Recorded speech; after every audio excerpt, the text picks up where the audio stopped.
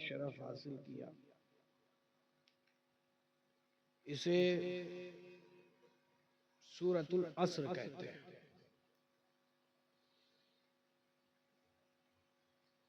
जिसमें रब ताला ने एक वाज़े बयान दिया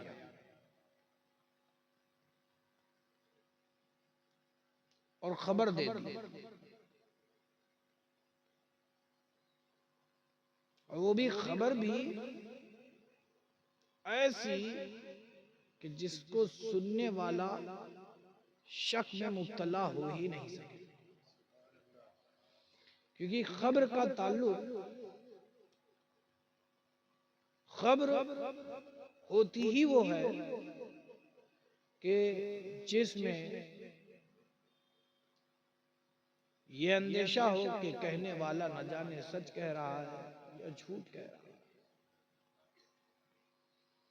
अल खबर युहतमलु सिद्क़ वल किज़्ब, खबर है ही जो एहतमाल रखे सिद्क़ व किज़्ब का। लेकिन प्यारे,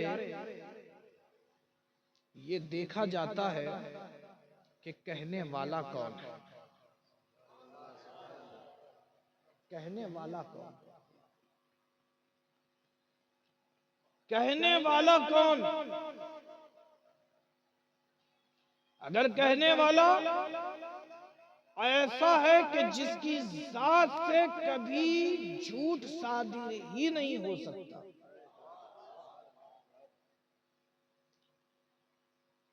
वो जात ऐसी जो सच्ची जात है, और वो जात ऐसी जो पाक जात है,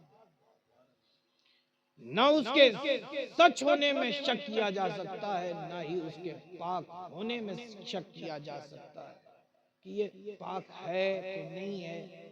ये एहतमाल ही खत्म हो जाता है। वो ऐसी जात है। तो वो जात कौन सी है? वो जात कोई और नहीं बल्कि अल्लाह रब्बुल इज्जत की जात है। अल्लाह रब्बुल इज्जत की जात है। तो जब कहने वाला सच्चा अल्लाह है, तो वैसे भी ये एहतमाल खत्म हो गया कि ये खबर सच्ची है या झूठी। कहने वाला अगर खुदा है तो ये खबर बिल यकीन सच्ची है। किज़्ब का एहतमाल खुद ब खुद खत्म हो गया। बावजूद इसके रब ताला ने बंदों को यकीन दिलाने के लिए कलाम का आगाज किया तो फरमाया वल अस्र। क्या फरमाया? वल अस्र।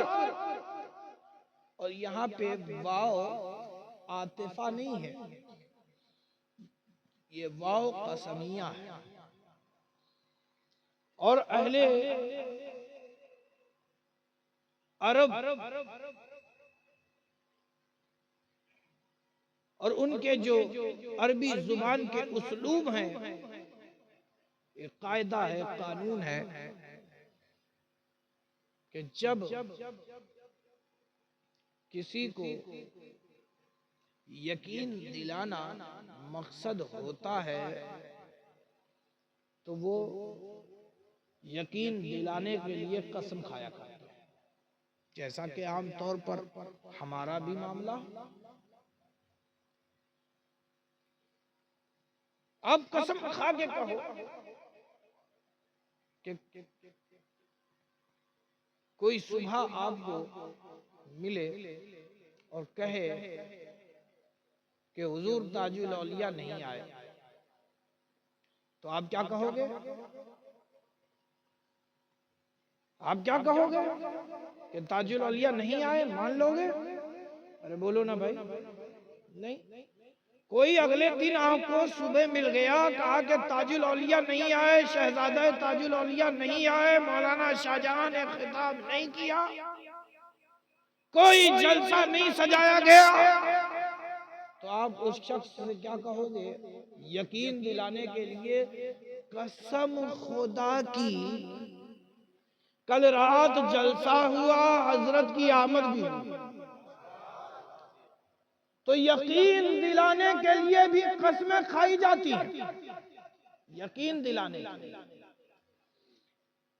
और एक और उन उसूलों में से एक और भी है कि कभी कभार अहले अरब कसम उस वक्त भी खाते हैं जब किसी की तवज्जो दिलाना मकसूद हो, और तवज्जो भी ऐसी कि इसे हल्का न समझा जाए, बल्कि मैं जो अब बात कहने जा रहा हूं बहुत भारी भरकम बात है, यानी एक बड़ी अजीम बात मैं तुमसे कहने जा रहा हूं। जैसा कि हमारा आम तौर पर हमारी जुबान में भी है कि जब हम कोई अजीम बात कहने जाते हैं तो ये कहते हैं कसम खुदा की मौलाना ने ये बात, ये इतनी अजीम बात मौलाना ने कही। ऐसा होता है कि हम भी अपनी जुबान में इस तरीके से कि जब कोई अच्छी बात, कोई भारी बात, कोई अजीम बात अगर हम कहने जा रहे होते हैं और किसी की तवज्जो दिलाना मकसद होता है, तो हम कसम खाकर उस बंदे की तवज्जो अपनी तरफ मबसूत करते हैं, और जब मबसूत हो जाती है तो फिर वो अजीम बात कहते हैं। अल्लाह तबारक व तआला ने कसम खाई आगाज कलाम में, कसम है असर की, कसम है असर की, असर के वक्त की कसम। फिर उसके बाद भी देखिए, इन्नल इंसान लफी खुस्र। अब देखिए अंदाज़े कलाम, रब के अंदाज़े कलाम पर कुर्बान जाओ। पहले तवज्जो दिला दी कि ये जो बात मैं कहने जा रहा हूं बहुत अजीम बात है, बहुत बड़ी बात है, और इस पे शक मत करना। कसम खिला दी, कसम खाई रब ने, यकीन दिला दिया। उस यकीन दिलाने के बाद भी रब ताला ने इन्ना का इस्तेमाल किया, यानी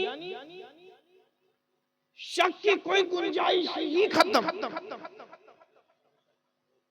शक की कोई गुंजाइश ही बाकी ना रहे, यानी यकीन अलल यकीन, यानी तुम्हारे दिलों में यकीन को उतार देना मकसद है कि ये जो बात मैं कह रहा हूं ये यकीनी बात है, इसे कोई झुठला नहीं सकता। जैसे आसमान के सूरज की रोशनी को कोई नहीं झुठला सकता, उसी तरह आयात रब्बी को भी कोई नहीं झुठला सकता।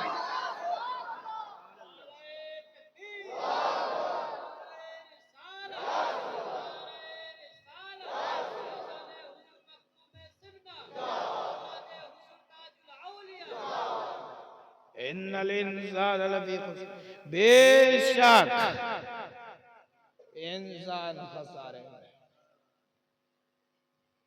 कसम खाई असर की कि असर के वक्त की कसम, बेशक इंसान खसारे में आए। ए अल्लाह, ये तेरा कलाम उस वक्त नाजिल होता जब इंसान गुफाओं में रह रहा था, पहनने को ना लिबास था। उस वक्त नाजिल होता तो बात समझ में आती, अक्ल तस्लीम कर लेती कि इंसान खसारे में था। नहीं मालूम कि महल्लात कैसे। आज का इंसान तो बड़े बड़े महलों में रहता है। और एक चीज बता दूं, जब तक ये दुनिया आबाद है और जब से है और जब तक रहेगी, जब से जब तक रहेगी, ये कलामे इलाही जो गुजर गए पहले इंसान, जो मौजूद हैं इंसान, कयामत तक जो आएंगे इंसान, यानी माजी, हाल, मुस्तकबिल, पास प्रेजेंट एंड फ्यूचर, इन तमाम जमानों को मुहीत तमाम इंसानों को ये कलाम है।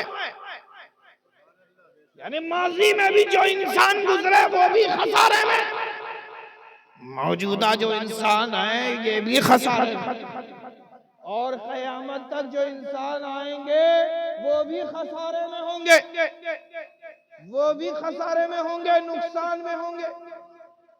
खसारा मतलब नुकसान। नुकसान को आप लोग क्या कहते हो? खोती। हाँ, खोती में है। जो माजी में था इंसान खोती में था, मौजूदा इंसान भी खोती में है, और आने वाला जो इंसान है वो भी खोती में रहेगा। जरा सोचो, उस जमाने में होता जब इंसान गुफाओं में था तो समझ में आती, अक्ल तस्लीम कर लेती। उस जमाने में होता कि जब इंसान कच्चा कच्चा खाना खाता था, गोश्त खाता था, तो समझ में आता। उस जमाने में होता कि जब इंसान नंगा धुरंगा टहल रहा था, न उसे खाने की तमीज थी, न पीने का सलीका था, न उठने बैठने की तमीज थी, न बातचीत का ढंग था, और हद तो ये था कि इंसान बोलना भी नहीं जानता। इंसान बोलना भी नहीं जानता था। कैसे एक दूसरे से कम्युनिकेशन कायम किया जाए नहीं मालूम। उस जमाने में होता तो बात समझ में आती, लेकिन आज का इंसान तो हम देखते हैं बहुत फायदे में है। आप देखें 100 साल पहले आपके बाप दादा झोपड़ियों में रहते थे, आज का उन्हीं की पुश्त 2-3 नस्लें गुजरी, देखिए आज पक्के मकानात में रह रहे हैं। आप ही के बाप दादा मिट्टी की जमीन को अपना बिछौना बनाते, बिस्तर बनाते।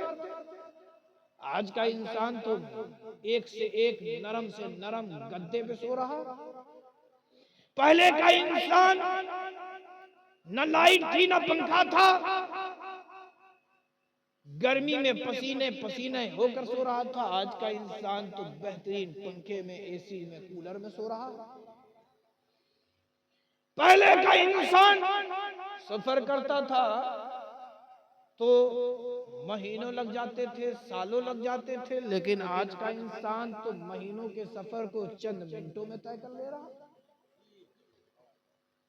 फिर कैसे इंसान खोती में है, फिर कैसे इंसान नुकसान में है, फिर कैसे इंसान खसारे में है।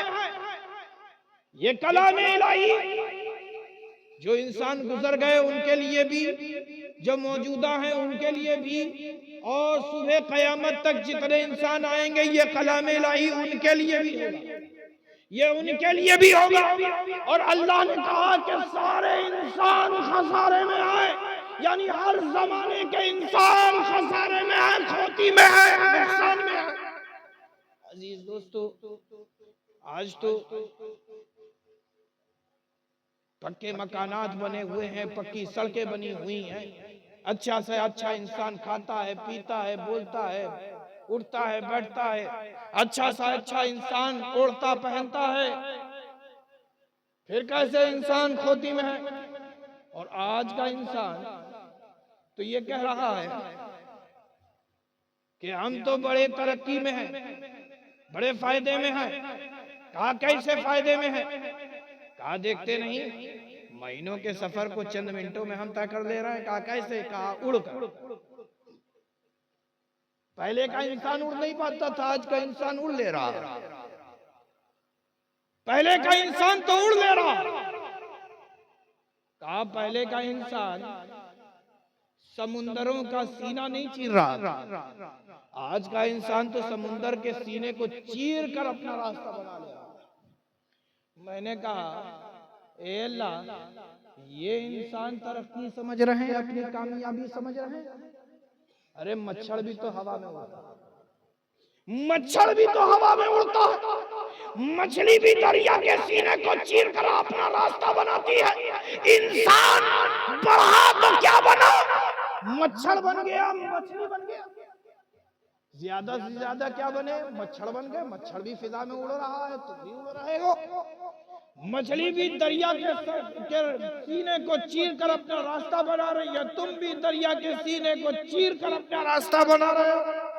तो बने क्या, मच्छर बने, मछली बने। इंसान तुम अभी भी खसारे में हो, अभी भी खोती में हो। इंसान आज का कहता है कि पहले का इंसान तो चांद को हसरत भरी निगाहों से देखता था, आज का इंसान तो चांद पर पहुंच रहा है। तो कैसे इंसान खोती में है, नुकसान में है। मैं उनसे सवाल करता हूं कि तुम कह रहे हो कि तुम चांद पे पहुंच गए, कहा चांद पे पहुंच गए, कहा ये क्या है, क्या ये हमारी बड़ी कामयाबी है, ये हमारी बड़ी कामयाबी है। कहा अच्छा ये तुम्हारी बड़ी कामयाबी है, तो चलो ठीक है।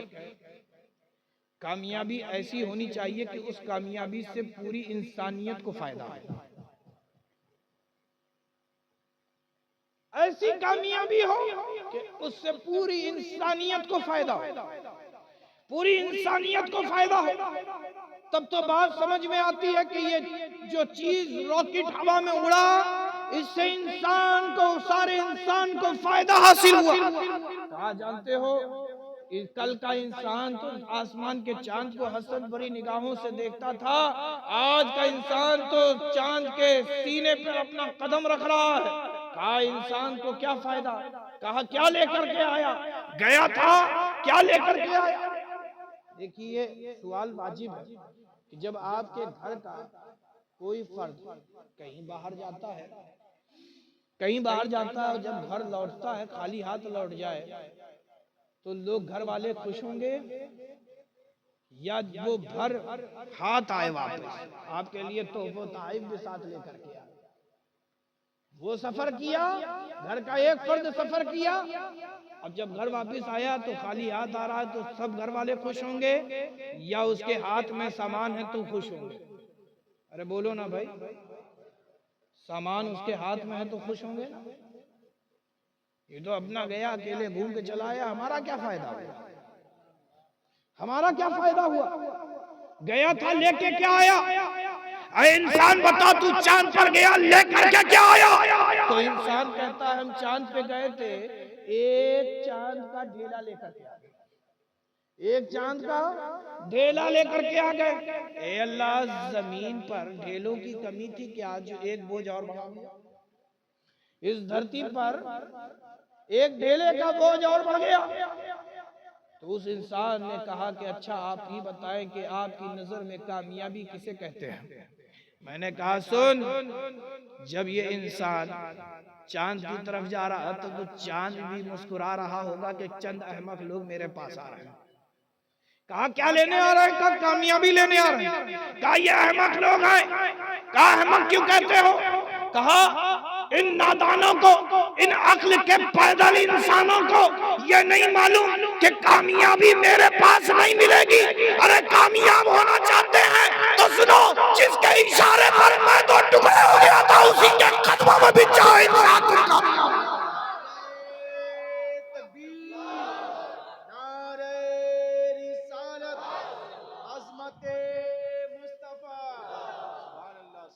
यानी जिसके इशारे पे चांद दो टुकड़े हुआ उसी के कदमों में बिछ जाओ ऐ इंसान, तुम कामयाब हो जाओगे, तुम कामयाब हो जाओगे। अजीज दोस्तों, एक चीज और समझे इसकी दलील। अच्छा कामयाबी, इसका जो असल है वो है ख्वाहिश, तमन्ना, आरज़ू। आपके यहाँ क्या कहते हैं, इच्छा। अच्छा ये बताओ किस किस को इच्छा है कि वो कामयाब हो। अरे बोलो ना भाई, सबको इच्छा है ना। तो कामयाब होने से पहले क्या पैदा हुई? इच्छा ना। कामयाब होने से पहले क्या पैदा हुई? इच्छा पैदा हुई। तो कामयाबी की असल क्या हुई? इच्छा हुई, आरजू हुई, तमन्ना हुई, ख्वाहिश बनी। ये ख्वाहिश, ये तमन्ना, ये आरजू ना होती तो जो चीजें आपने आज हासिल की हैं आपके पास होती? अरे बोलो ना भाई, होती? इंसान ये खुदा की वो प्राणी है कि एक चीज पे कभी रुकता ही नहीं। आज इसकी ख्वाहिश, कल उसकी ख्वाहिश, कल उसकी ख्वाहिश, परसों उसकी ख्वाहिश, नरसों उसकी ख्वाहिश। दिन गुजरते हैं, ख्वाहिशें खत्म नहीं होती। एक हदीस रसूल भी है, अल्लाह के रसूल सल्लल्लाहु ताला अलैहि वसल्लम इरशाद फरमाते हैं कि इंसान अपनी ख्वाहिशों के पीछे पीछे भागता है, यहाँ तक कि वो अपनी ख्वाहिशों को नहीं पा पाता कि मौत जो उसकी गर्दन के पीछे पीछे थी उसे अपने आगोश में ले लेती है। यानी इंसान अपनी ख्वाहिशों के पीछे भागता है और पूरी जिंदगी ख्वाहिशें उसे अपने पीछे दौड़ाती है, मगर इंसान अपनी ख्वाहिशों को नहीं पा पाता कि मौत के घाट उतर जाता। मौत के घाट उतर जाता तो मालूम यह चला कि इंसान मुकम्मल कामयाब ना हुआ, वो खसारे में है, खोती में है। वो खसारे में है, खोती में है। अरे कामयाबी तो असल वहां है जहां ख्वाहिशें अपना दम तोड़ दे, जहां तमन्नाएं अपना दम तोड़ दे, जहां आरज़ू मिट जाए, किसी और शय को पाने की ख्वाहिश बाकी न रहे। ऐसी क्या शय है कि जिसे पा लेने के बाद और किसी चीज की तमन्ना न रहे? तो वो रूए जमीन में एक जात है जिसे कहते हैं मोहम्मद रसूलुल्लाह, जिसे पा लेने के बाद ख्वाहिशें दम तोड़ देती, तमन्नाएं दम तोड़ देती है, जिसे पा लेने के बाद फिर और कोई आरज़ू ना रहती, सिर्फ यही आरज़ू रहती है कि वो मेरा हो जाए, मैं उसका हो जाऊं, वो मेरा हो जाए, मैं उसका हो जाऊं। अजीज दोस्तों, यही वजह है कि आज आप बड़े बड़े बैनरों में लिखा रहे हैं I love Mohammad, I love Mohammad, we love Mohammad. हम रसूल आजम से मोहब्बत करते हैं, हम मोहब्बत करते हैं रसूल आजम से। आज आप क्यों कह रहे हो? क्यों? क्योंकि आज हम कह रहे हैं कि हम रसूल से मोहब्बत करते हैं। अभी भी हम कामयाब नहीं हुए। कामयाब तो हम तब होंगे जब रसूल कहें कि मैं इससे, जब रसूल कहें मैं इससे मोहब्बत करता हूं। अजीज दोस्तों, अल्लाह तबारक व तआला ने आगे ये फरमाया इल्लल्लज़ीना आमनू, मगर वो जो ईमान ले आए। ये इसकी दलील है कि जो ईमान ले आया मोहम्मद अरबी सल्लल्लाहु ताला अलैहि वसल्लम के दीन पर, मोहम्मद अरबी सल्लल्लाहु ताला अलैहि वसल्लम के दीन पर, उनकी रिसालत पर ईमान ले आया। उस रसूल ने जिस खुदा की दावत दी उसे मान लिया, जिस दीन दिया उसे कबूल कर लिया, जो अहकाम दिए उस पर अमल पैरा हो गया, तो वही ईमान वाला है। वही क्या है? ईमान वाला। अजीज दोस्तों, कामयाबी ईमान लाने पर। मैं आपको एक चीज बताऊं, मैंने ऐसे ही नहीं बोला कि जिसे पा लेने के बाद ख्वाहिशें मिल जाए, तमन्नाएं मिल जाए। अच्छा एक चीज ये बताइए, आपको कोई एक मटका सोने का दे तो आप उसे लोगे या नहीं? अरे बोलो ना भाई, कितने लोग एक मटका सोना लोगे? नहीं पसंद सोना? किसे चाहिए एक मटका सोना, एक मटका चांदी? कितने लोग हैं? हाथ उठाओ। माशाअल्लाह, चाहिए? क्या कहने, अभी घर जाओ पता चला जिस बिस्तर के नीचे तुम सो रहे हो वहीं पे तुम्हारा खजाना निकला है। तो जिसके निकलेगा वो सबसे छुपाएगा, सबसे छुपाएगा कि नहीं छुपाएगा? किसी को मालूम नहीं चलना चाहिए कि हमारे घर खजाना निकला, सबसे छुपाए। लेकिन सुनो, हजरत तशरीफ ला रहे हैं।